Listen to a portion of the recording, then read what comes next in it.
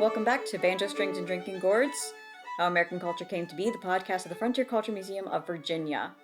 Today we are talking with Stephen Frysinger, who is pretty much our resident medical interpreter, and we'll be asking him just what is medical interpretation, how is that different from medical reenactment, and a whole host of other fun facts about historic medicine. My name is Steve Frysinger, and I'm a longtime volunteer at the Frontier Culture Museum, I think about 13 years. I teach at an area university for a living, not history, but I have been interested in historic medicine and the history of medicine since the early 90s. And it is consistent with my work as a scientist because medicine is the ultimate applied science. And so the history of medicine is really the history of science.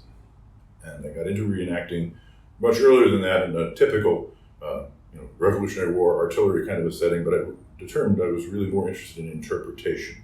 And so I decided to learn a skill that would either be related to medicine or engineering, and I chose medicine because it's consistent with my background as an environmental scientist. I started in the Civil War as a surgeon or assistant surgeon for a 2nd New Jersey Cavalry Regiment. And in that capacity, I did some reenactment, that is actually going out in the battlefield and acting out the role.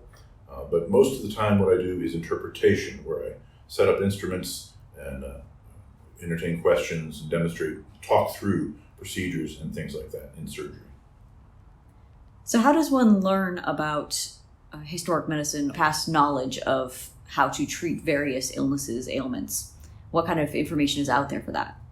Well, the good news is, medicine being largely a learned art, there's actually a lot of documentation. There are a lot of extant textbooks, and nobody agrees with each other, of course, in these textbooks, but it's actually pretty easy to find both originals and also reproductions of medical textbooks, also journals of physicians and surgeons, which are true different things in the 18th century. And so it's actually quite easy to find them. The more complicated thing is that many of these books reference a huge quantity of things like diseases and medicines, much of which is in Latin. So that's a challenge for me since I do not read Latin. But the material is there. It's a matter of sorting through it. So you say that you got started with reenactment. What's the difference between the reenactment and the interpretation? What would be the main focus of going as a reenactor to be doing medical reenactment? Reenactment is, as it sounds, more of an acting function. It's more of a first-person kind of a role. So I would actually be pretending to be a surgeon of the period, whichever period I'm doing, and I would be going through activities that would visually appear the same as what a surgeon would do, for example, on a battlefield or in a hospital setting. And I would maintain that first-person quality, that first-person character. The distinction between that and interpretation is that interpretation is third person. And so when I have for example, my 18th century surgical kit set up, and somebody comes from the public and says, well, did you have anesthesia? I can answer that question because I'm not staying in a first person role. I can say, no, we didn't have access to anesthesia until the 1840s. And in my opinion, that actually makes it a much better educational experience because the visitors can experience where I am in my current situation and how that fits in both the past and the future of medicine. When you were doing reenacting, is it different to be in a military setting, to have that purely military medical setting? It certainly was in the Civil War context. In the Revolutionary War period, of course, it's a little bit different because in the Revolutionary War, there are an awful lot of civilians traveling with the Army. So one of the things that has interested me is I had an ancestor who held a chair at the University of Pennsylvania in obstetrics and gynecology. He studied under Benjamin Rush and actually wrote some of the seminal works on midwifery. And a surgeon traveling with the Army is not only traveling with men, but also in many cases their wives, which means in some cases they're having babies. So I can also in that context talk about what we would do as surgeons to facilitate delivery of babies, even in a camp situation. In the Civil War, that's much less likely because there aren't civilians traveling with the armies. How does one go about acquiring a kit for doing medical interpretation? Okay, well, the first thing, of course, is there are some few people who are manufacturing reproduction instruments. I started out in the Civil War context with a surgical or capital amputation kit, it's called, from a fellow named Ed Archer in Knoxville, Tennessee. Very well made, and he did a really good job of these things, and I still have that. Actually have a traveling kit too. But then it's pretty easy to go down the rabbit hole of collecting original instruments. And so since then, I have been collecting original instruments not only for the Civil War, 19th century context, but also for the 18th century context. This can get a little pricey because you're, in many cases, competing with physicians, modern day physicians who are collecting as a hobby. And so the prices tend to be up there. But it's surprising that a number of these instruments are still available. I have in my 18th century kit 5 different original amputation saws, for example. Those tend not to have been thrown away as other things might have been. So auctions are, of course, the place where you can find most of these things. Occasionally, you get lucky in an antique store. And so at this point, well, I'll give you an example. Not long ago, I was very lucky and found and acquired an original 19th century surgical kit, full set. And the reason I was able to do that and afford to do that was that this set was not actually made during the Civil War. I know that because the company who made it didn't go into business until 1881. So that, the set has wooden handles, just like a certain Civil War era set, because some people by the 1880s still didn't believe in germ theory, still didn't believe in antiseptic procedures.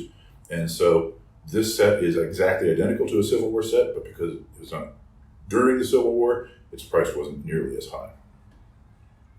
How difficult is it to acquire appropriate historical medicines since we've moved on from a lot of the traditional, more historic remedies? Well, the good news is a lot of the medicines used in the period are actually ordinary materials you might have. Herbs and spices and things like that. The common materials you can find. Of course, the one thing they used a lot of that we cannot have and carry is opium. That's important. Opium in the 18th century was one of the go-to drugs. So obviously I don't have opium in my kit. But many of the other medicines I can actually create. I can buy the comparable thing. An example would be Peruvian bark, which was the other go-to medicine in the 18th century. A bark that was found in Peru that it turns out the natives were using it to heal their digestive ailments and fevers. The Jesuit priests who brought it back to Spain found it was wonderful, it really worked. Later on in the early 1800s, chemists extracted quinine from that bark, and so it was a major find within the natural context. Fortunately, I can acquire Peruvian bark today, both in granular form and in powdery form, and I can make tinctures of it, so I actually have identical to the real McCoy, if you will. Can you give us one of your favorite medical histories, like an actual story that you might find entertaining that you'd like to share with a lot of the visitors to the museum? Well, okay, probably the best answer to that would have to surround the issue of anesthesia, because it turns out that, of course, in the 18th century, if I was amputating your leg, you're going to be awake for this. Okay, there was no anesthesia, and contrary to the myth, we don't want you to be drunk. That is going to increase bleeding because it's a blood thinner, and it also makes people uncooperative. So I want a sober patient on my table. You're going to be biting on a stick, and the good news is I'll have your leg off in about 3 minutes. Around the end of the 18th century, people were synthesizing and experimenting with other chemicals that had properties that turned out to be anesthetic in quality. And in particular, there would be nitrous oxide, chloroform, and ether, especially ether first. Interestingly, in the early 19th century, these were used as recreational drugs. And people were doing experiments with them. They were putting dogs to sleep and so forth. But the first real serious use didn't happen for about 40 years when Robert Liston actually used ether in conducting a surgery to a wide audience, as was the case. An operating theater really was a theater. And so that really made the use of ether famous, and people started to move to it fairly quickly. A year later, chloroform was developed in a certain way for medical use. But it took a while for that to happen. So a lot of people bit on a stick in between those two things. How about, what's your favorite piece of your kit? Wow. Well, of course, the thing people like to talk about the most, even though they cringe while we do it, is amputations. And so I routinely will talk them through an amputation. If there's suppose there's a young child present, okay, I'll take them through the issue that we don't understand germ theory. We know there's a thing we call infection, but we don't know what causes it. We don't know how to treat infection except by physical removal. Okay, so this young man has fallen out of a tree and he has a compound fracture of his femur. That means the bones are sticking out, and we know statistically, because we did statistics, that he's very likely to get gangrene and die as a result of that. The only thing we can do about that is amputate the leg. And as I said, I can do that amputation in just a few minutes. We'll walk them through the process. They get to learn about the use of, for example, tourniquets and things like that. The relatively innovative development of arterial ligation to replace the use of cautery, which they discovered was actually creating a lot of infections. And so we have a lot of process going on in there. And I also point out to the young man involved that even though he's unlucky that we don't have anesthesia, he's lucky that the surgery won't take very long, and he's doubly lucky because it will never happen again. You cannot climb a tree with just one leg. What's the thing that holds most true throughout the history of medicine? It is fundamentally the scientific method at work. It is trial and error. Unlike theoretical science, where we seek truth, in medicine we're seeking what works. And we're learning what works through observation, hypothesis, and experimentation. And that's as true today as it was in the 18th century. That's why I call it an applied science as opposed to a theoretical science.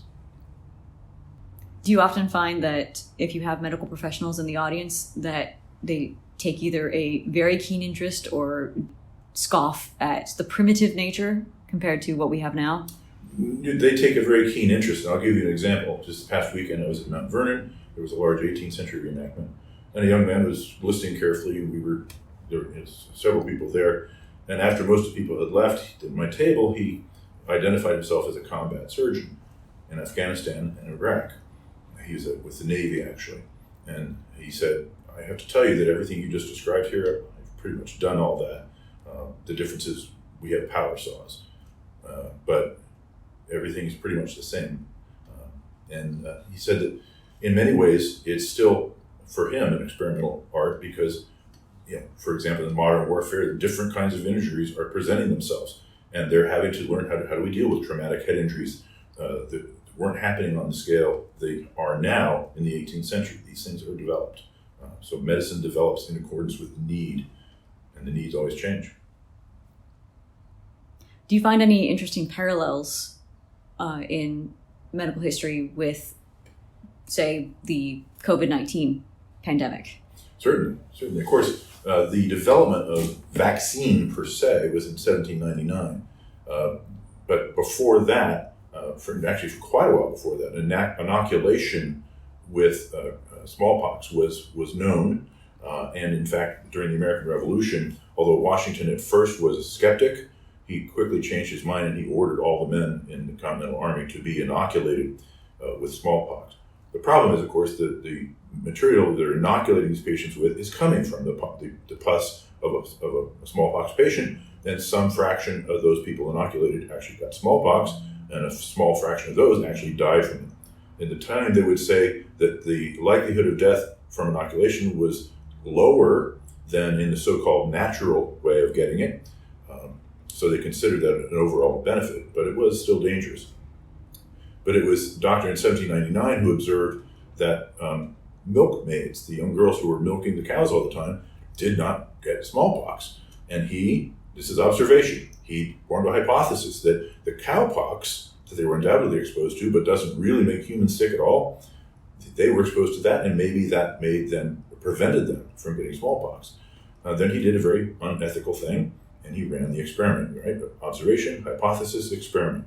So he tried inoculating a number of youths, including his own, with cowpox material, and found that they did not get smallpox after that. So this is the first proof of vaccination as a technique. Then, as now, there are people with views on both sides of this issue, whether it was a wise thing to do or safe thing to do, and so that really hasn't changed. It's still, to some extent, a matter of do we understand what's going on in science, and do we trust that process? Yeah, similarly with that, there are some religious groups, of course, that even today don't trust modern medicine. Do you have any experience with talking about the history of that? It's actually interesting you mentioned it. No one has ever raised it. People have raised all kinds of interesting issues they bring to my table. But no one has objected to what I'm talking about on religious grounds. So I guess I should be happy about that.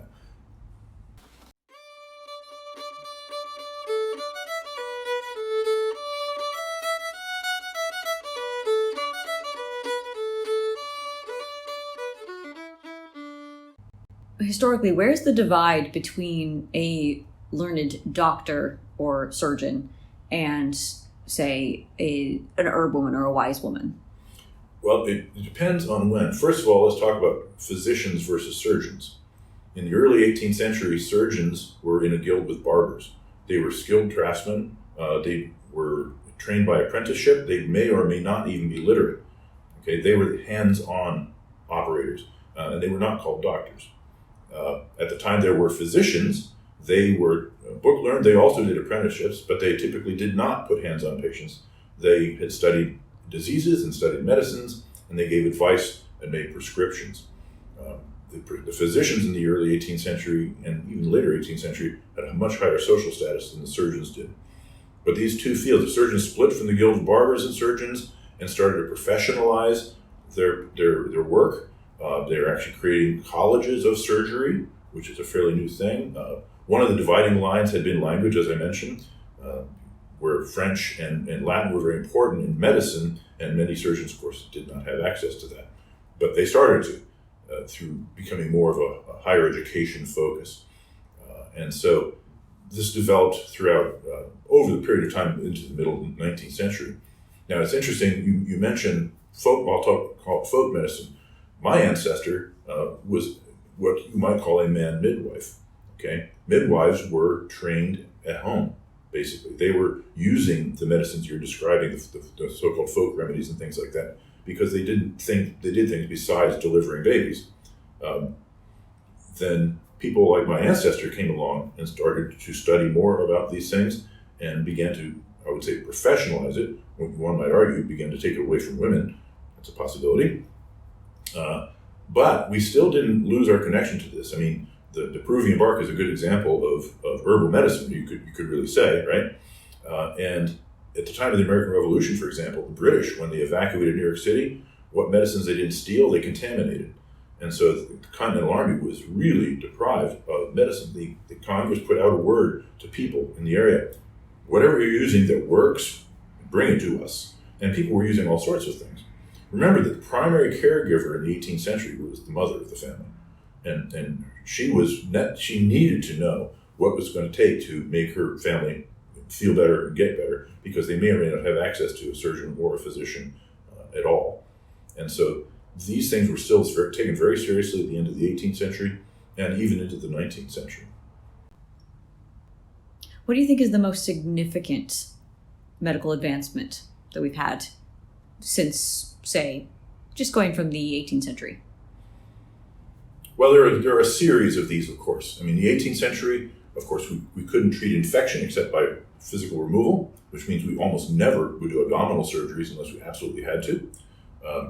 The most common abdominal surgery would have been a cesarean section, but we had no idea that the mother's going to survive that. We did it to save the baby, otherwise they both would die. So we couldn't control infection. We also couldn't put blood back in the body. So there are no transfusions. People have been experimenting with transfusions unsuccessfully for maybe 150 years. So consider, for example, childbirth. Even in a normal, quote-unquote, normal delivery, there's often tissue tearing. So that's an open wound in the part of the body with a lot of germs, and we can't treat that infection. If the mother at the same time has bled more than she should have, we can't put blood back in, and she's weakened, and so she's less likely to fight off that infection herself and more likely to die a few days later of what we call childbed fever. Now we move from that, we finally get to where, of course, we have the anesthesia coming around in the 1840s, and that helps us to do longer surgeries. We can spend more time, for example, on orthopedic surgeries than we could have done before. But it's still a long time before we get to the germ question. The germ question is probably the most important development Louis Pasteur, of course, was doing research on wine. He had a winemaker who was interested, asked him the question. And so he took the animalcules that Leeuwenhoek had observed in his microscope a long time before, and he connected those as portions of the yeast that are apparative. And oh, by the way, in the putrescence of food, that still had not been applied to medicine until roughly 10 years later, when a Dr. Lister, who had been developing, he's actually an Englishman, but he did most of his early work in Scotland, started to form hypotheses about sanitation being connected to hospital gangrene, started to do experiments with carbolic acid. He didn't invent carbolic acid in his treatment. People invented carbolic acid to treat human sewage to reduce the smell in the streets. And he discovered that. He thought, I wonder if this would work in our hospital settings. And he started experiments of exposing wounds to carbolic acid solutions and instruments in surgeons' hands. Long story short, it worked wonderfully well. And so by say 1870, he had pretty conclusive proof that this worked. Nonetheless, as today, not everybody's on board with these developments. And so, as I say, even by the 1880s, there are still many surgeons saying there's nothing to this, you can't see these germs, I don't believe in this. And so the whole germ theory connection is probably the major development in that period of time. The next major development comes at the beginning of World War II, when we finally get an antibiotic, okay? And lack of antibiotics was a crucial problem, okay? We had sulfur drugs and things like that to get us by a little bit, and there are natural materials which were used, for example, and poultices with honey and things like that has some natural antibiotic properties, but they didn't understand why it worked. But by World War II, we now get into the world of what we would call modern antibiotics. But after that, really, it doesn't change all that much, except perhaps for the quality of the tools, the power of the saws, and things like that. The next big development is totally out of my realm, because it's the way that modern medicine surgery differs the most from historic surgery, and that is orthoscopic surgery. The use of high technology to go in sneaky little holes with lights and cameras and do surgeries without taking people completely apart. So that's a major change in our modern surgery. Is there anything else that you want to mention about medical interpretation that we haven't talked about yet? Well, one thing I would say is, since my profession is as an environmental scientist, that there are very strong parallels between medicine and environment. The example I gave of Peruvian bark is a good one. I'd like to remind people, after I've explained its role in eventually getting us to morphine, which eventually helped us get control of malaria, which was a real problem in Virginia and is no longer. I posit the thought question, what if the forest where that tree grew naturally had been slashed and burned before we discovered it? Would we ever have found malaria? Would we still be combating malaria? I mean, if I found quinine, would we still be combating malaria in Virginia? This is my pitch to say, protecting biodiversity is actually important, and that's a good illustration of that. But there are other connections to environment too. A lot of the illnesses that I'm going to deal with as an 18th or even 19th century surgeon will be, for example, associated with pollution. So a lot of the men are coming to me not with wounds, but with dysentery, and the diarrhea is threatening their lives through dehydration. Okay, now, interestingly, the predominant treatment for that is opium, because in fact, opium will lock you up. But this is fundamentally an environmental health question. It's because they're drinking contaminated water, because they have no alternative to that. Since they don't understand germs, the idea of boiling water before you drink it would make no sense to them. Interestingly, sometimes people do the right thing for the wrong reason. So if a household, for example, didn't have a trustworthy well, they could tell, they observed that the people who drank from the stream near them often got sick. They would say, aha, let's not do that. Instead, we're going to give our whole family, children and all, small beer. Now, that's interesting. Small beer is a low alcohol beer, and some people think, it's the alcohol that makes it safe. In fact, the issue is, to make beer, you have to boil the barley malt in water. So they have boiled the water, not because they understand germs, but because they want to make the beer. And that turns out to kill the germs. Well, thank you so much, Stephen. And you can always find Stephen around in various places in the museum doing either cooking or the associated aspect of the medical interpretation. Thank you. If you've enjoyed this podcast, please make sure to go back and listen to our previous medical episodes on malaria, midwifery, and the history of vaccines. Also, please be sure to follow along and either subscribe to our RSS feed or make sure to follow the podcast wherever you get your podcasts. We're very pleased to announce that we are now on Pandora and on Apple Podcasts, Google Podcasts, Amazon Music, pretty much anywhere you can find podcasts. Also, be sure to check out our calendar of events if you're interested in any of our upcoming events. Coming up very soon is our Memorial Day weekend event, which will have lots of different time periods of military history represented, everywhere from the 17th century into the 19th century with the War of 1812. So be sure to come check that out, especially our own museum's Crockett's Western Battalion. So hope to see you soon. Thank you for listening.